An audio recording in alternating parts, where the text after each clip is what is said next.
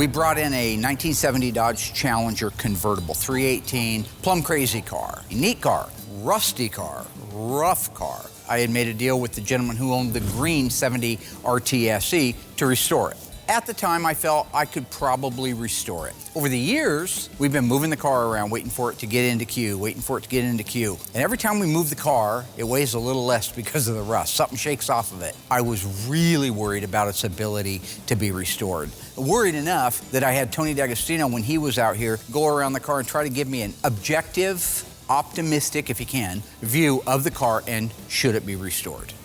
I know he says it's a rough car, but still, it's a E-body convertible is the #1 desirable type car. To make things even tougher for me to make that decision, Brian, when he was out doing an interview for the RTSE, he talked about that car and what that car meant to him and how it had been a part of his life. My name is Brian Lansford. I'm from Wadsworth, Illinois. In the late 90s, mid-90s, I bought this convertible behind me. So after I purchased the car and had it for a while, nobody around did Mopar restorations, and this one was in need of much more work than the other car that I have. I decided to go ahead and cut that car loose, and the car had been sitting in this guy's backyard since 1999, and I got a flatbed, made a deal, wrenched the car out, shipped it to Mark, and that's the start of this journey. You know, it's a sad fact that we can't save them all. I wish we could. You see all the cars in here? We're gonna save all of them. I wish I could save everyone in the world, but we can't. It's a sad fact. We just can't save them all.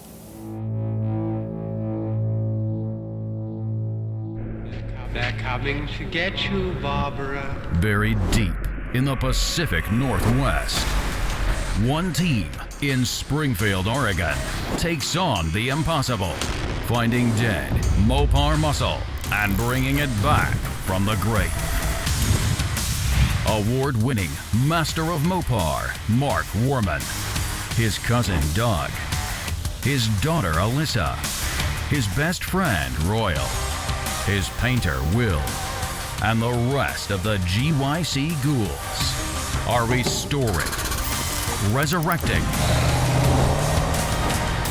and recreating some of the fastest, fiercest, and rarest muscle cars on the planet. This is Graveyard Cars.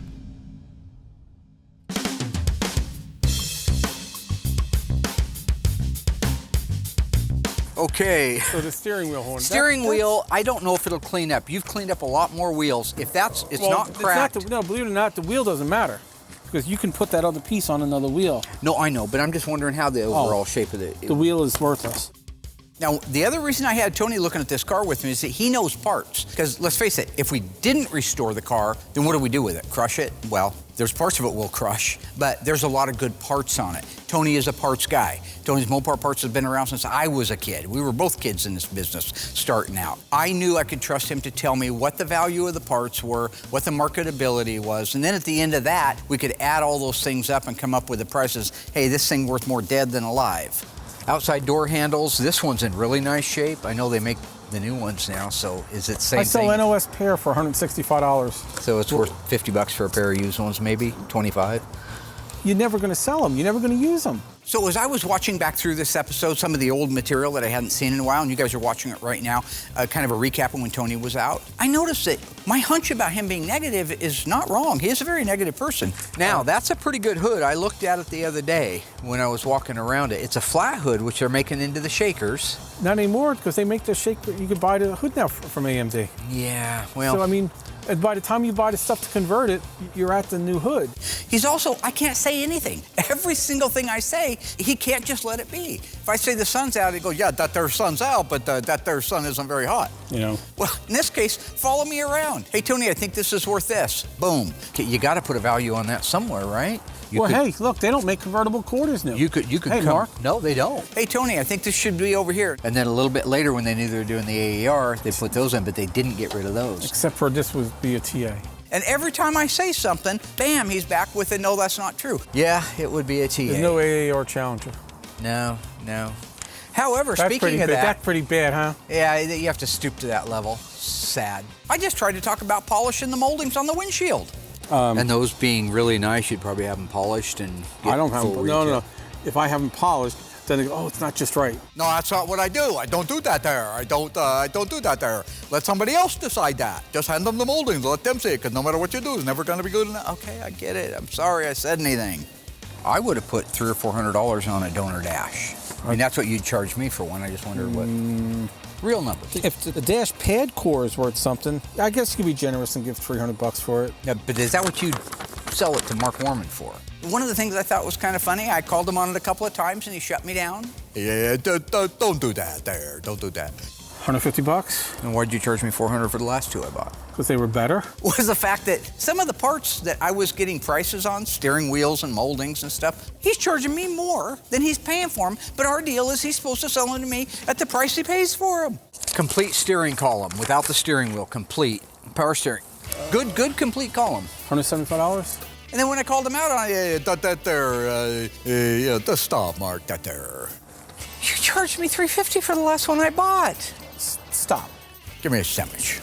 No, whatever. The fact is, on this car, all of its value really resides in its parts. The convertible top mechanism, the windshield, the cowl, the things that make it a convertible. The tops of the quarters, that section isn't rotted out, so you could easily take the parts off of this car and make a hardtop Challenger into a convertible. All of its value now, other than the sentimental part, and I can't do anything about that, resides in the value of the parts. You know, retail, I would sell a convertible top frame, you know, for around $2,000. The metal corners. Stamped metal. And the centerpiece that runs across. Got it. Okay? Yep. Those three pieces also, that's probably $1,300. Wow. Retail. Wow. What would you give me for that spare tire? Nothing, but the jack hook would have been worth something, except for I came out. Tony's making these now, so they're not worth much. Tony and I kind of go round and round and bicker back and forth and stuff. Usually it's just one-upsmanship. You know, you're trying to get the other guy in a mistake, and aha, I got you. We're taking two different roads to get to the same place. But do you agree, sadly, with me overall, that it's done? Okay. The funeral march?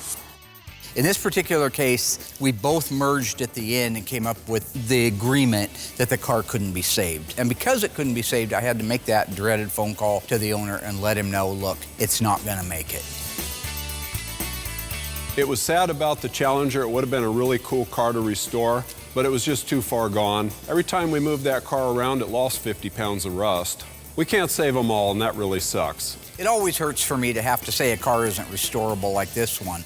But it hurts a little bit worse when the guy has all of the paperwork that you would love to have on a Hemi car or on a six-pack car. He had the broadcast sheet, the fender tag, the door VIN label on it, the dash VIN was there. He had a breakdown showing it was one of only one ever built with that color combination in a convertible.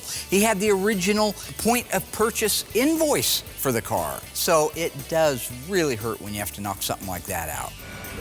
Well, this little car was given to us last year. It was part of those California fires. Unfortunately, there's not much we can do with it. Right, Dougie?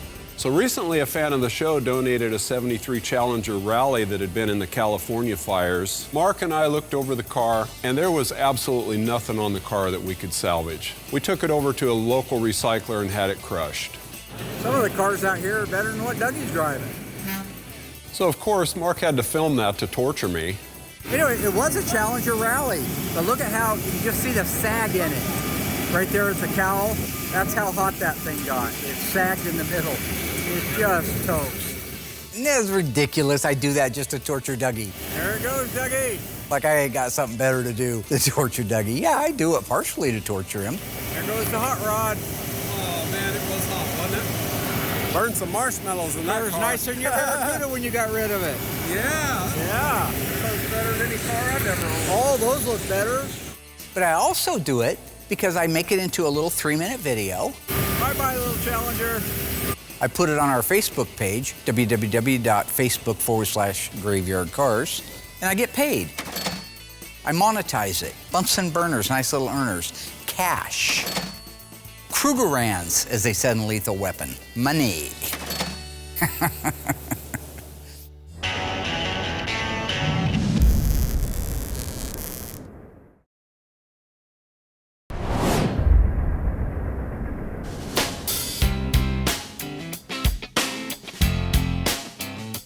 You know, we're getting a lot of cars really pumped out of the paint shop right now. I've been with Mark for 25, 26 years. This is the best crew we've ever had. We joke a lot, we pick on them a lot, all that silly and fun stuff.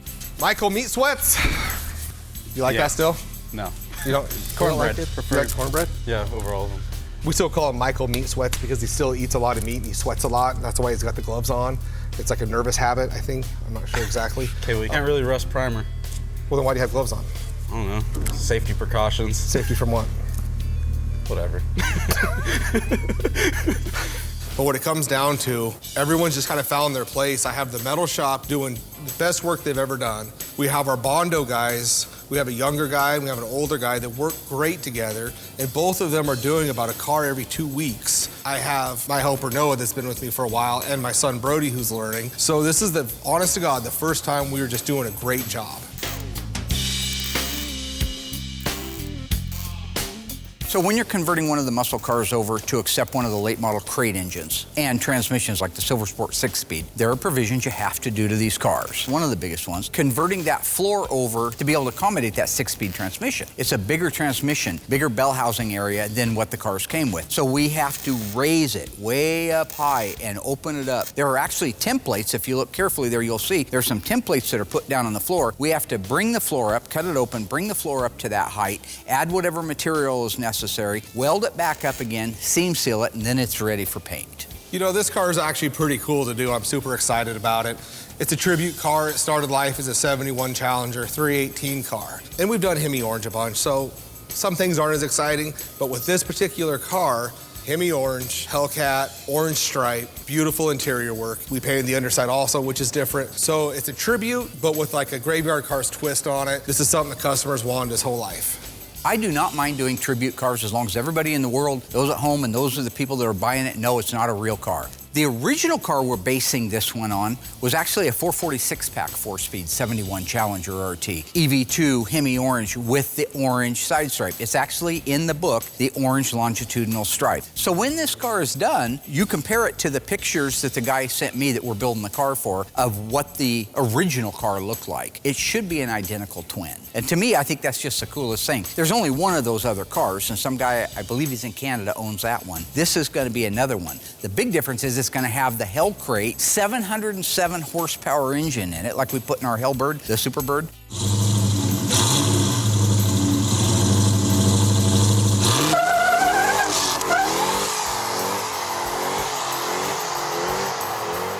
The 6-speed Silver Sport transmission, manual shifted with the pistol grip, everything looking like it should. First gear, second, there's the supercharger kicking in.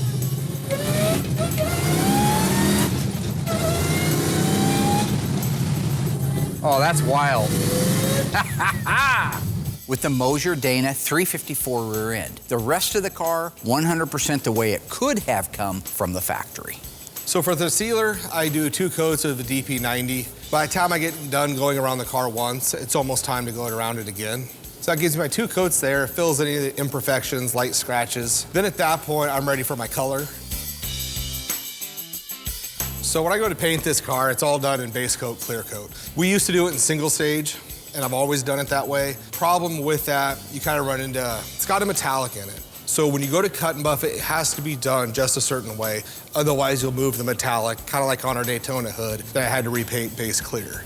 So what I've done is really got this formula dialed in. Base coat version is just spot on to what the original was. So for all you people at home that want to know how to do this, in PPG, that's all I can speak of, that's all I know. First toner is DMD 617, DMD 618, DMD 1686, DMD 1687, and lastly, DBX 1689. You mix all that together and you will get a perfect EV2 Hemi Orange base coat.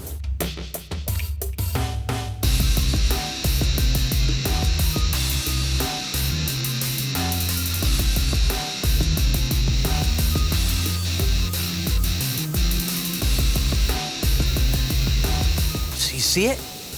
The slow motion stuff, you stop it. It's your fault. You talk to those editors. If I see another thing with Will doing slow motion stuff, I'm gonna absolutely vomit. So stop the slow-mo. Sever the bloodline. And you're the bloodline.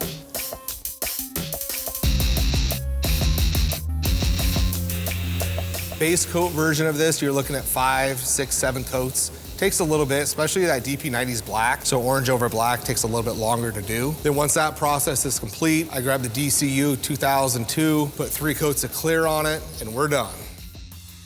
On this 1971 Challenger, we've got the engine compartment all painted, looks beautiful. We still have all the jam work to do inside the trunk, inside the cab, because Mark told me the wrong color to paint it to start, so I got to go back and paint it the right color. Engine compartment's done, the cab is done. We're gonna get jammed out. There's your dinner, As soon as I just want to get through my day.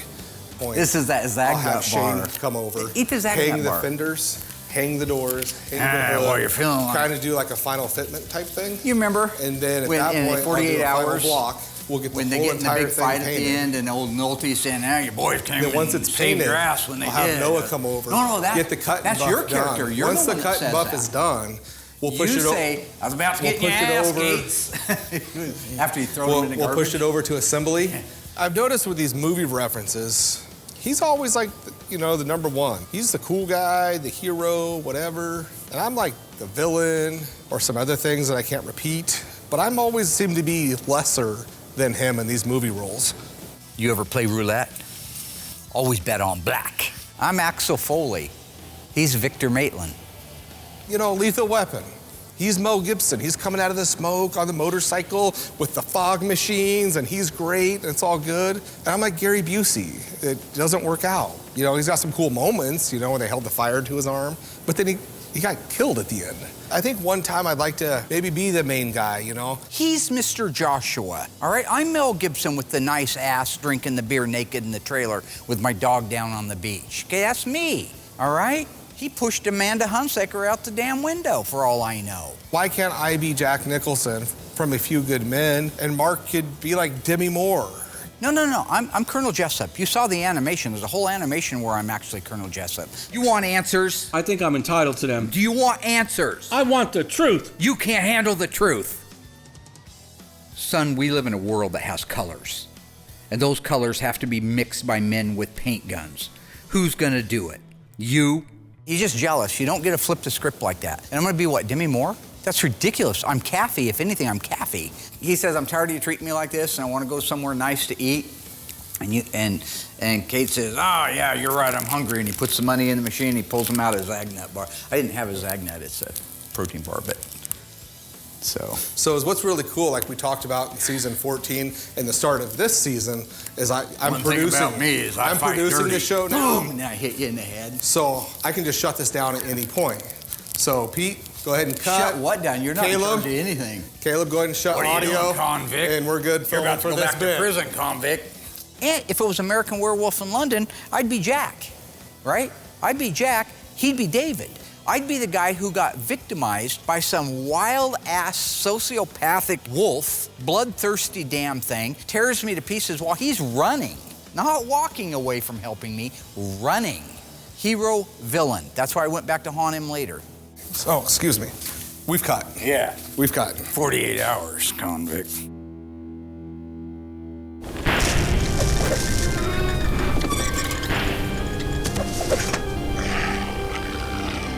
Previously on Graveyard Cars, we restored this gorgeous, stunning 1971 Dodge Challenger RT.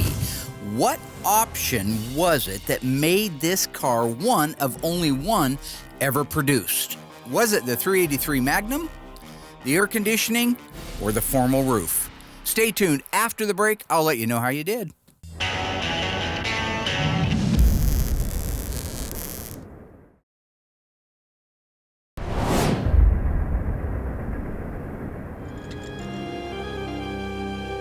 All right, ghouls, welcome back. How did you do on that one?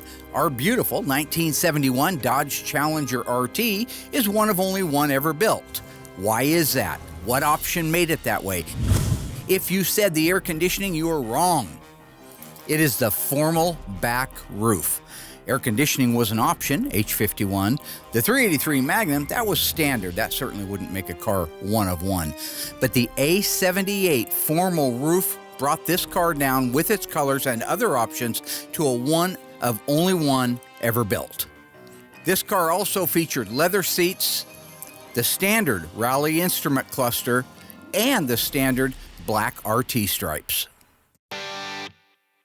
Like I mentioned earlier, we were just pumping these cars out. So when it came to like the hood, the trunk, the valances on our black Challenger, wasn't interested in the silly paint off or anything for that matter. So at this point, I just come in early, get them painted, get them done, get them buffed, and get them on the car. On this particular one, I went ahead and just sealed it black. Covers a little bit quicker, but it's black, so it covers fast anyways, but it does hide all the imperfections. So 1 good coat of sealer, 4 coats of the black single stage, and they came out gorgeous.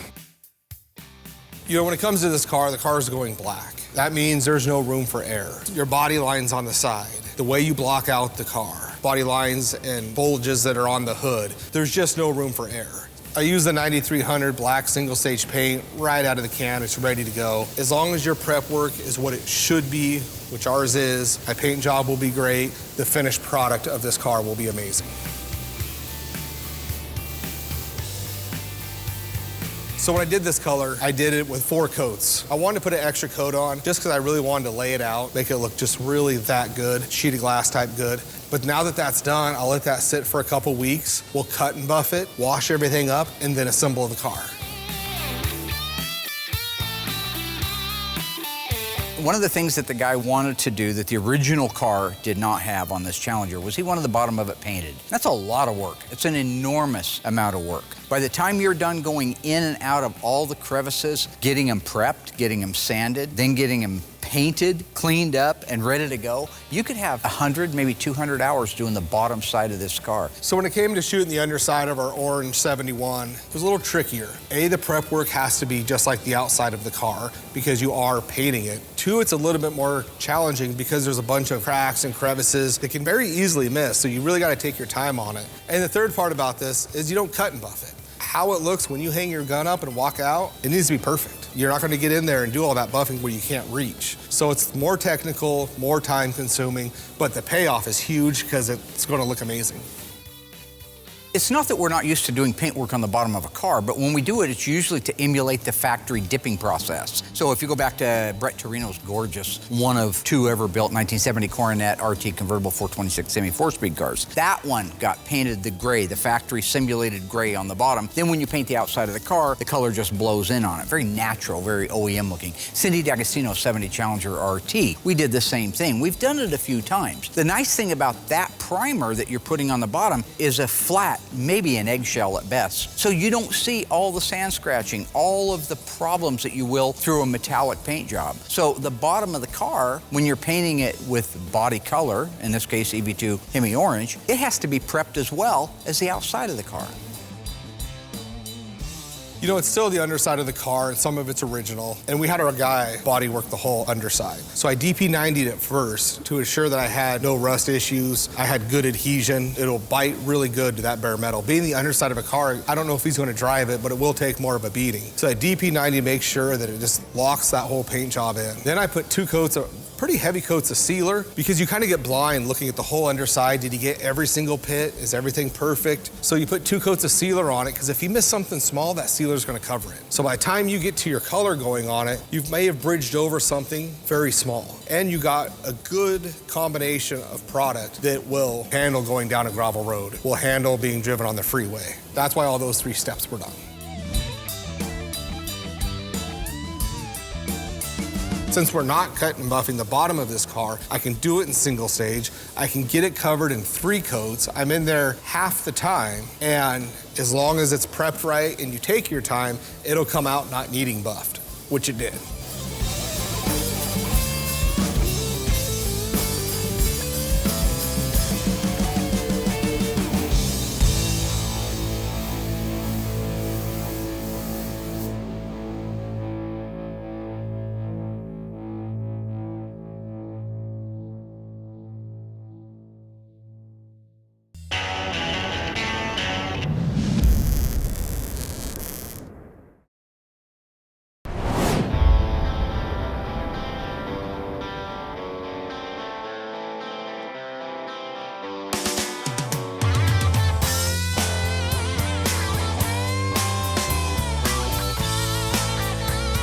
There have not been very many cars come across our path that we couldn't restore, but on this topic, if you guys recall back, there was a real Charger Daytona that came to us back when we were at the old shop to try to have it restored. And I wanted to restore it, I really did. But unfortunately, there just wasn't enough car left. You know, when the guy brought the car in, I was optimistic until he opened the door on the trailer and there was nothing but parts in there. There wasn't even, like on our Phantom Coupe, if you go back, it was a car. This wasn't even that. This was nothing. This was a rear clip off of another car, a rocker section off of that car. Because keep in mind, this car was at the bottom of a rock quarry up in Nova Scotia, Canada, where it had gotten pushed off 30 years earlier. So when this guy retrieved this car, there wasn't much left of it, except the guy who did push it off the cliff and say, hey, this is great filler material, later regretted it, cut out the dash VIN for it. He had the core support numbers, the trunk lip numbers. He saved a section of the quarter that had the Daytona decal on it. You can see all of that stuff. And that's all wonderful stuff, but you can't just put those things on another car or other parts and say, this is the car. There's not enough of the original car. Where's the rest of the car? I just think he took the wrong exit and was supposed to go to the scrapyard. Another great thing about when you watch back through some of this old footage is it reminds me how much I hated Darren. Is there anything really to start with? That's, I think, the bottom line here. What do you start with on this car? Just like with Brian's car on this Daytona, I actually conferred with Tony D'Agostino on that one. I called him up and I sent him a bunch of pictures. We looked at the pictures in real time together. He agreed with me. It's just not a complete car when it's done. Basically taking the numbers off of one and putting it on something else, and we just don't want to do that. So that car, unfortunately, also had to get knocked in the head.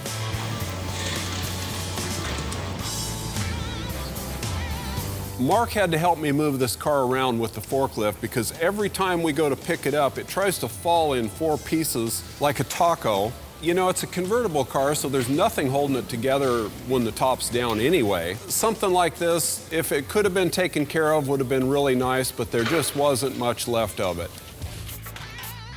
If you go out through the lot and you look at the cars that have rusts on them, there's rust where you can put your hand right through the quarter panel, no problem, but the frame rails are solid, the floors are solid. Those cars structurally are still good, solid cars. So the more of that rust that you have, like in the frame rails and the floors and the underseat pan and the aprons, the more it compromises the integrity of the body. This car is rotten from the belt moldings down, literally rotten to a point where there's nothing. So when I raise the car up or try to raise it up on the lift, that's why it looks like a Lamborghini. The doors just kick up in the air like that. This thing is in bad shape. Every time we moved it around the lot, it would fold in half, but now you can see it. We go to raise the car up and it folds literally in half.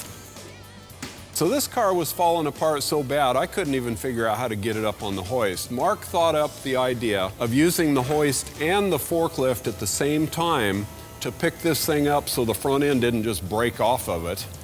All convertibles come with reinforcements. They have the angle iron inside the rocker. They also have the torque box at the front and the rear. I'm showing here that the torque box is completely gone from rust. The transmission cross member, I can literally bang up and down like this, like a rubber band. There is nothing left of that car. Okay, so another thing we have to do now is get under this thing and start trying to unbolt things. So normally we have a procedure to take these cars apart, but with this one here, it was quite a challenge. We just decided to use a torch and a hammer. So once we got everything unbolted, we were able to get the engine and transmission out, but it wasn't pretty.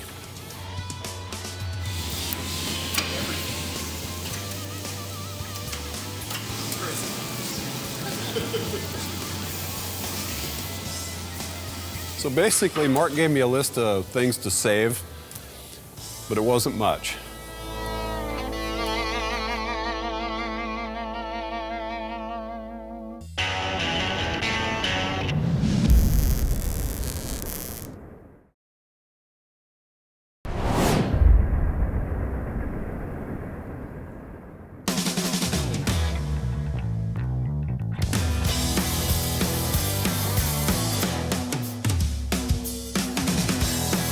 Okay, so today is the day. It's going Hemi orange. I've already waxed and creased it.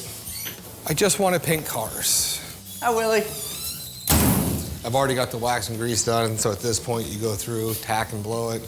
I'm a good dad, I'm a good boss, I'm a good painter. I don't need to be Jaws. Getting a little Getting rid dust. of dust particles off the car, and then we can start dropping our base coat on it. Looking good, William? When it comes to painting the car, I wait till I know when Mark's in bed. He's not a night owl. He'll be in bed by 6:30, taking his little slippers off or whatever his routine is, his half-gallon of NyQuil. In typical fashion, one of my rap friends around here, I don't know which one, obviously sold me out, and shows how much pull I have around here. EV2? What color is it on a Dodge EV2? I always forget. So you guys at home, if you get tired of Mark jumping in, stuff like that. Hey, this is why you get overspray in your engine compartments right here, because you have these little peekaboos. And then peekaboo. Maybe I should try church. If I'm as bad as Mark says I am, maybe, I need church. Rare car, my friend. Well, this one's a tribute to it. You know which one we're doing, Bubba? William? Are we getting along now? I'd like to, if that's okay with you. I would like to get along with you. Unless for some reason I have to correct you. It's kind of like a magician, right? My teaching style. It's a sleight of hand. He's so focused on hating on me for my ridiculousness, my silliness, as he would call it, that he doesn't realize he's actually learning something at the same time. He's hating it so much, he's actually learning something. I'd like to. Just talking to a gentleman named Lloyd. From Dumb and Dumber? No, that would be what you'd go to. No, The Shinnin with Jack Nicholson. Lloyd was the bartender, the make-believe bartender. I don't know what The Shinnin is. The Shining. Oh, The Shining, yeah. You ever see it? Yeah. Shot up in Portland. When it comes to Mark's movie references, he doesn't pick up important plot points of the movie or something everybody that he's telling the story to can relate to. He picks the dumbest part that nobody even cares about and then tries to take credit oh man, and then he beats it into the ground. Stop him 6 months later. Put a loaded gun to his head and a firecracker up his ass and threaten to light it. I promise you, he will remember everything. And that's what teaching is about. Going to the ear with a point and the heart with a story. Whoa, a minute, hang on. How come you don't have the hood on, buddy? What's that? Are you gonna do the hood separately? Yes. And the deck lid? Yeah. Remember that episode not too long ago where you were saying if you don't paint all of it at the same time on a metallic, it won't match? This is such a fine metallic, it's okay. So a lot of circumstances, these cars are too big to have a hood and deck lid in there with the car. So I'll do them separately. The air pressure, I have a digital little gauge on the back of my gun, so I know the air pressure is good. However many coats I put on the car, I put on the hood and the deck lid when I go to do them. So I've never had a problem actually painting them separately at all. Fine metallic. Yeah. Okay, gotcha. My only point here isn't to pick on him, is just do what your lips say you're gonna do. You can't go tell our people, our faithful audience out there, that because it's metallic, I have to paint the car all together and then decide later because of the size of the metallic, I don't have to do that. Well, all you're doing is keeping our audience on an emotional yo-yo. You don't deserve that. I respect you more than that. I paint these cars apart in most cases. If it's a metallic, the doors will be on it, the fenders will be on it, but the hood and deck lid are off. So what we should have said in that episode was if it's a coarser metallic, you've really got to paint it all at the same time. You're the one that tells me what to say, sir. I don't know. When you do your interviews, I don't think I write them, sir. Oh, cool. You hear something funny? Yeah, I just did. Okay. When it comes down to it, Mark does write these questions to inform people at home, so they know what we're doing, our process, stuff that they want to know. Belt molding car, G36 car too, Will. Nice. Dual outside painted mirrors. Are there provisions in that, by the way? Yeah. There is? But he goes so far that I have to go off script. Otherwise, if I go with what he says, it's going to be nothing like, oh, Mark's the man, ice tray, and he's got an award from Mopar. So they did add the second mirror? Oh, okay. You just asked that. Something I want to show. You guys see those two little holes right there? Nobody cares. They just want to see the cars get built. So I have to go off script. I'm a rebel. Yeah. Well, I'm not talking to you, I'm talking to my audience. What I did is I just told Mark, hey, there's some attractive fan up in the office. Gone. Words of wisdom, Lloyd. Words of wisdom. Now that I got rid of Mark for quite some time, more than likely, we can get this car painted. Again, this is my own formula. Got it mixed up. Looks great. 7 coats to cover. Hit it with that clear coat, and under the right lights, that metallic will just pop.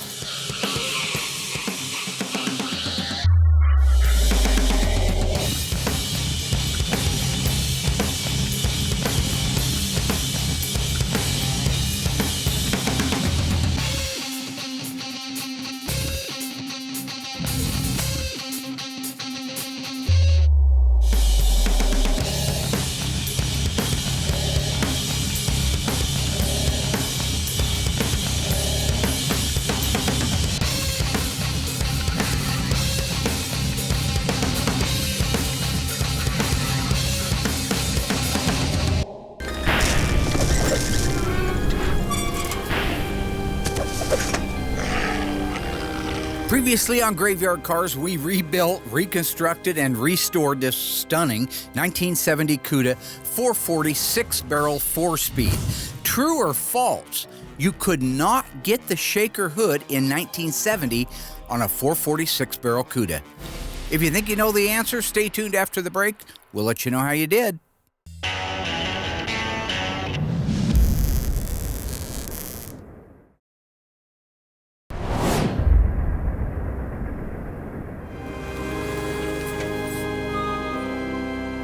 All right, ghouls, welcome back. How did we do on that one? Honestly, this was a pretty easy one since we featured the answer many times in Graveyard Carz. True or false, the 1970 Cuda 440 6-barrel was not available with a shaker hood? If you answered that's a false statement and a lie, you are right. Absolutely it was. In fact, the shaker hood on the 70 Cuda was an available option with the 340, the 383 HP, of course, the 440 6-barrel, and the legendary 426 Hemi.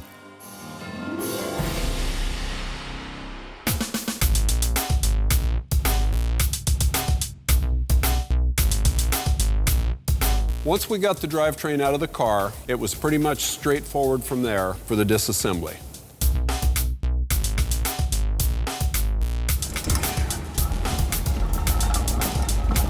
This is classic Dougie right here. This is what I'm talking about.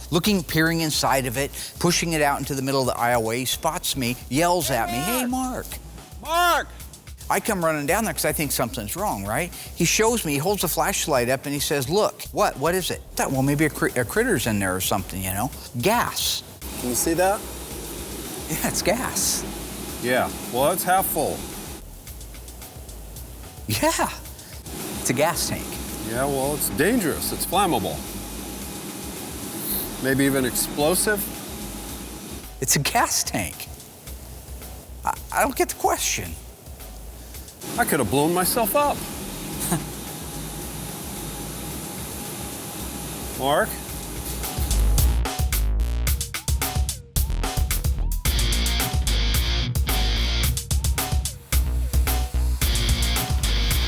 Okay, so once we got all the parts off the car, I had to cut the aprons and the front end off the cowl because Mark wanted to save the cowl and the windshield as a single structure.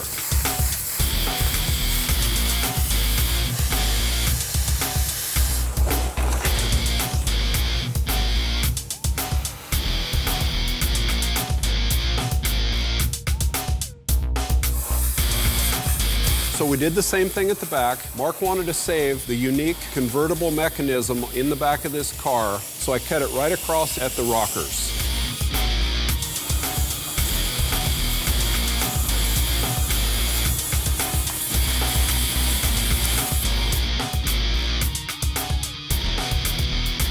Now, another car that we have in the queue that we are going to save was burned like the Challenger that we crushed. But this car still has the original engine for it, the original transmission. It's a 70 Charger RTSE 440 automatic, and it's a loaded car. Quite possibly, when we're done running the numbers on it, it'll be one of one. All of the structural parts on the car are good, like on Wendell's car. Remember, we went through Wendell's car, and we determined that the frame rails and the aprons, everything down low was good. We just had warped sheet metal. That's what we have on this Charger. So stay tuned for that car to come through, because that'll also come back like the Phoenix Cuda. It'll be the Phoenix Charger.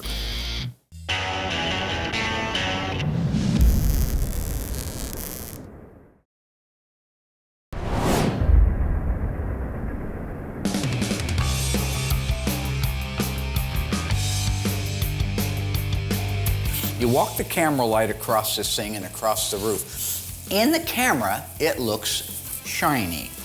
It is actually really a matte finish. Now, I know Will gets tired of me going in and out of the booth, but I also try to educate my audience. In this case, I'm being serious. This car is a base coat clear coat, and I just want to point out that the base coat has to be top coated with clear. So when it's done flashing, when you've laid it out and you think you're done, you're not done, because if you pulled that car out in the sun, that paint would blow off within maybe a month. The wind would literally blow it off. It must be top coated. So all I'm trying to do is trying to educate the audience. No, this is great. I love this stuff. Although I know you're super informed lit will do just the same. Thank you. Yeah, me and my wife went out. Now we're downhill again. No, we're not going anywhere. So when I'm doing this in my lit, as you would say. You don't air quote something actually that's going to happen. We're going to have, what? What did you just say out of your face? It's actually out of my mouth. You don't air quote something that's actually Your mouth is on your face. Will, you're welcome. I'm happy to help you anytime you need it. Just come in like that. You know what's unfortunate? Give me He's the actually signal. very helpful because there has been times where I've needed his help, for One sure. of the best in the world, actually. And then that just ruins it. I'm Edward Van Halen. If I want to talk about how I was jumping up and down on Valerie Bertinelli in... So this is why I get in trouble, is because of you. Yeah. So like we talked about in prior episodes, where it just goes too far. He's so full of information. If he would just learn when to stop. And see moments like this right now, this camera guy is focused, it's intelligent conversation. The camera guy... Corruption man got a cigarette in there. Okay. You know how you say, now I know he died of cancer, that sucks. Okay. So he had a cigarette. Let's get this up shot. underneath the strings. In all honesty, I love working here. That's why I've been here a long time. Mark is like a pain in the butt big brother. I love him to death, his family. I wouldn't trade this for anything. So I do 3 coats of the DCU 2002 clear, and it's a thick product, so 3 coats is almost like 4. As far as in between coats, stuff like that, it depends on what the temperature is, you know? It does change. I like to go by feel. You know, I'll kind of go touch the paper or plastic, and that'll tell me when. Usually it's 20 minutes to 30 minutes before it's ready to go again. But I like to keep the booth around 70 because I like to paint the layout. Just take your time. Just be cool. Put your coat on, let it move.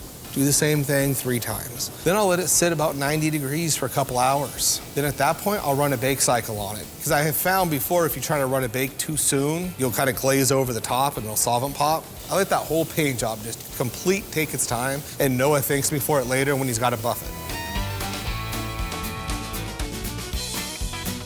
If you were to kick the person in the pants that was most responsible for your troubles, you wouldn't sit down for a month. And that is Theodore Roosevelt. Teddy. They called him Teddy. It's Theodore Roosevelt. I don't even know if he had a middle name.